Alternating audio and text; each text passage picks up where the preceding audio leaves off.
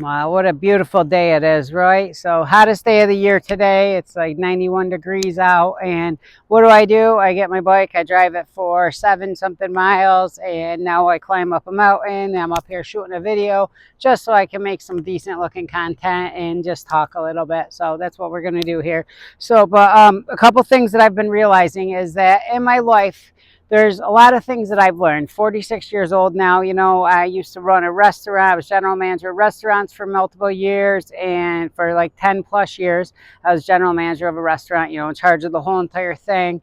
And then from there I went to being homeless and being an absolute addict, that my only means of survival was boosting from stores and selling drugs, selling products I boosted. Those were my only means of survival.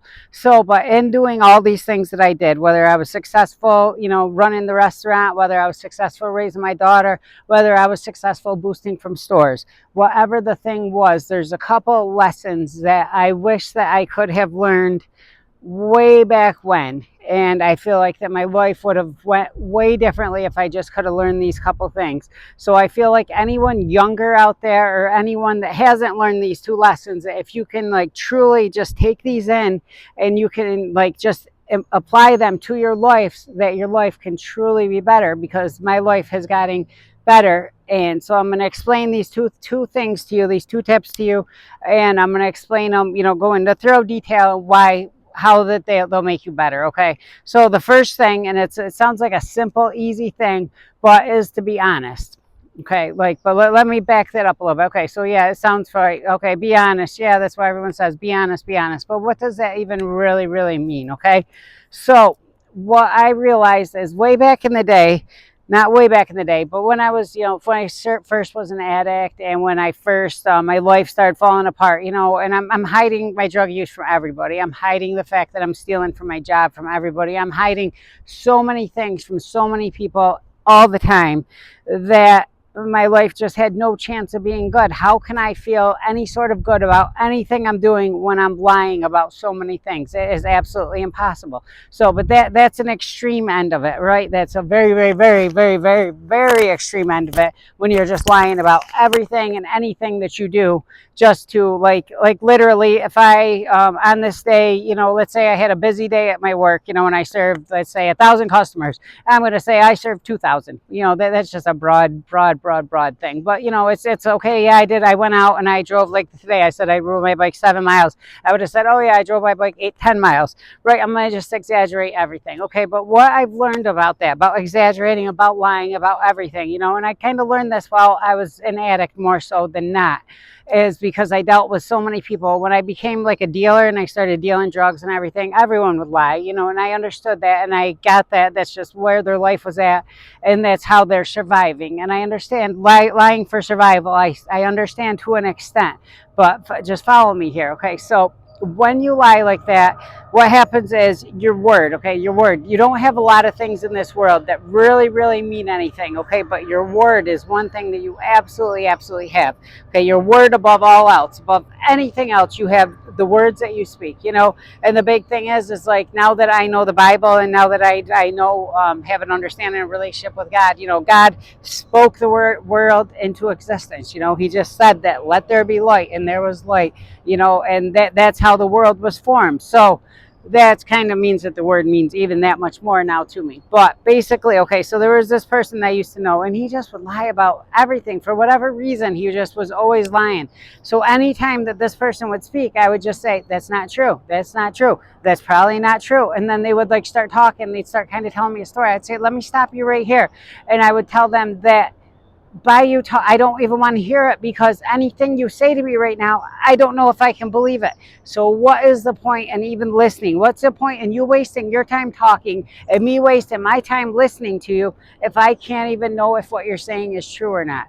So it just, your word, when you don't have your word anymore, then there's no point in anything, kind of, because why do you want to speak to someone and have them think the whole time, just think, that's probably not true. That's probably not true. So now anything you ever say to someone, they're going to have to doubt that, and they're going to not be able to ever look at you with any sort of, not necessarily sympathy, but with any sort of like compassion. No, but I can't look at someone and take them seriously. That just lies all the time. Or that just even lies, like I want, when someone tells me something, I want to just be able to take that at face value and not be able to question it. Because why do I want to question someone telling me something? Why should I have to do that? You shouldn't have to do that. So anyone out there that just exaggerates, when you exaggerate things, like I know somebody like at work kind of that will just exaggerate things, and now when they say something, I don't know if it's true or not, so I don't know how serious to take it. Like if it's something, a complaint about food,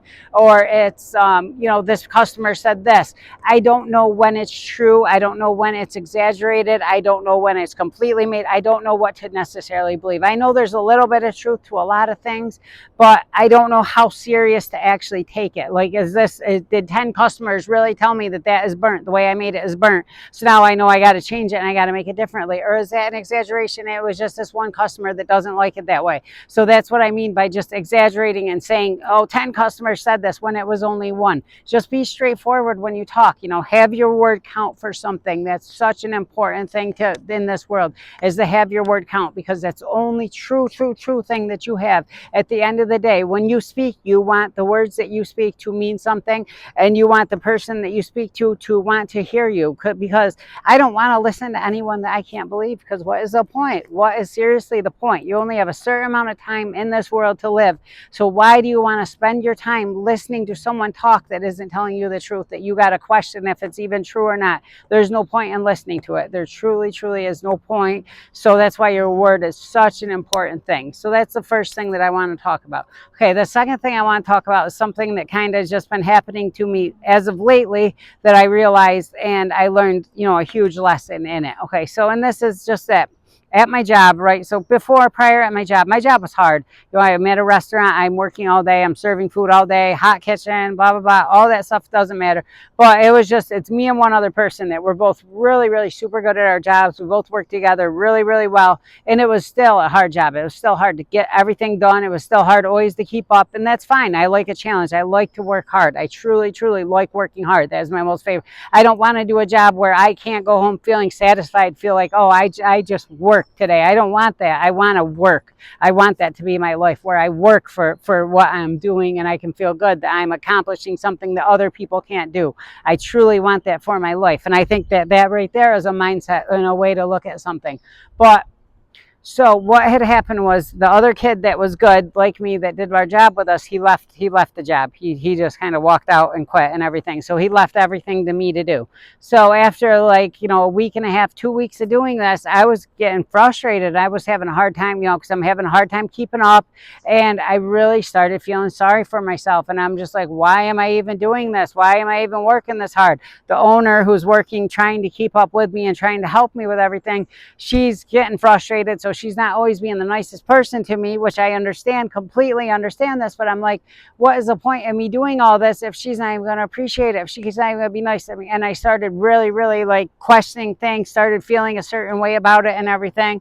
And then I went to my Bible study last week, and I spoke with Karen Macrina, most amazing person. I love her so much.